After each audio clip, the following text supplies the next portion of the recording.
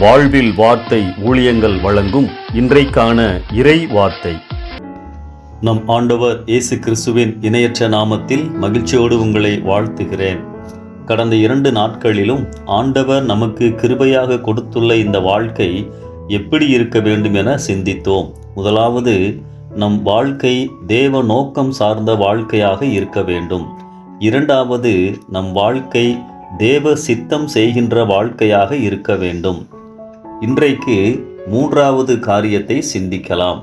3வதாக, நம் வாழ்க்கை தேவ ஆளுகைக்குட்பட்டதாக இருக்க வேண்டும். நாம் ஆண்டவருக்கு முற்றிலும் சொந்தமானவர்களாய் இருப்பதால் அவர் நம்மை நடத்துவதற்கு நம் வாழ்வின் எல்லா பகுதிகளையும் அர்ப்பணிக்க வேண்டும். தெரிந்தெடுக்கும் உரிமைகள் ஃப்ரீவில் நமக்கு கொடுக்கப்பட்டிருந்தாலும் அவரே தெரிவு செய்ய அனுமதிக்க வேண்டும். ரோமர் 8ஆம் அதிகாரம் 5ஆம் வசனத்திலே ஆவியின்படி நடக்கிறவர்கள் ஆவிக்குரியவர்களை சிந்திக்கிறார்கள் என வாசிக்கிறோம். 8ஆம் அதிகாரம் 14ஆம் வசனத்திலே எவர்கள் தேவனுடைய ஆவியினால் நடத்தப்படுகிறார்களோ அவர்கள் தேவனுடைய புத்திரராய் இருக்கிறார்கள் எனவும் வாசிக்கின்றோம்.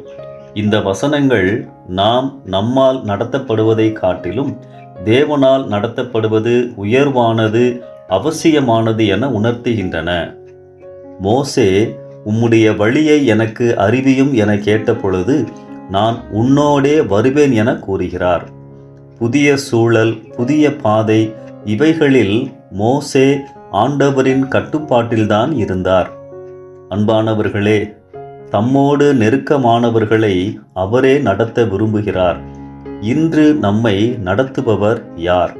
நம் விருப்பங்களா, உலகத்தின் வழிகளா, நம்பிக்கைகளா? நீதிமொழிகள் 3ஆம் அதிகாரம் 5-6ஆம் வசனங்கள் எவைகளை நமக்கு உணர்த்துகின்றது?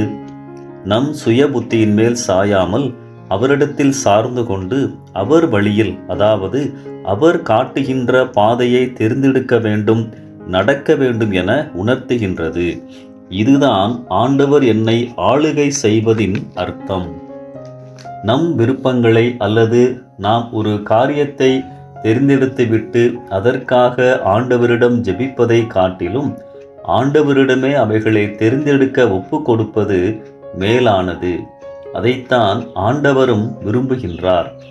அவருடைய ஆளுகைக்குள் வர நம்பிக்கையும் அவசியமானது. ஆண்டவரை எப்போதும் நம்புவோம். நான் விசுவாசித்திருக்கிறவர் இன்னார் என்று அறிவேன் என பவுல் உறுதியான நம்பிக்கையோடு கூறுகிறார். இன்று நம் வாழ்வில் முழுமையான தேவ ஆளுகை காணப்படுவதாக. நாளைக்காக கவலைப்படாதிருங்கள்.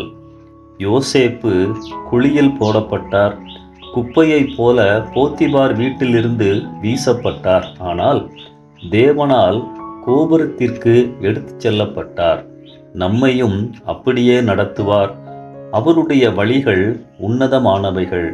அவர் நம்மை முழுமையாக ஆளுகை செய்ய நம்மை அர்ப்பணிப்போம். இந்த சிந்தனையோடு இந்த நாளை ஆரம்பிப்போம். கர்த்தர் நம்மை நடத்துவாராக. ஆமென்.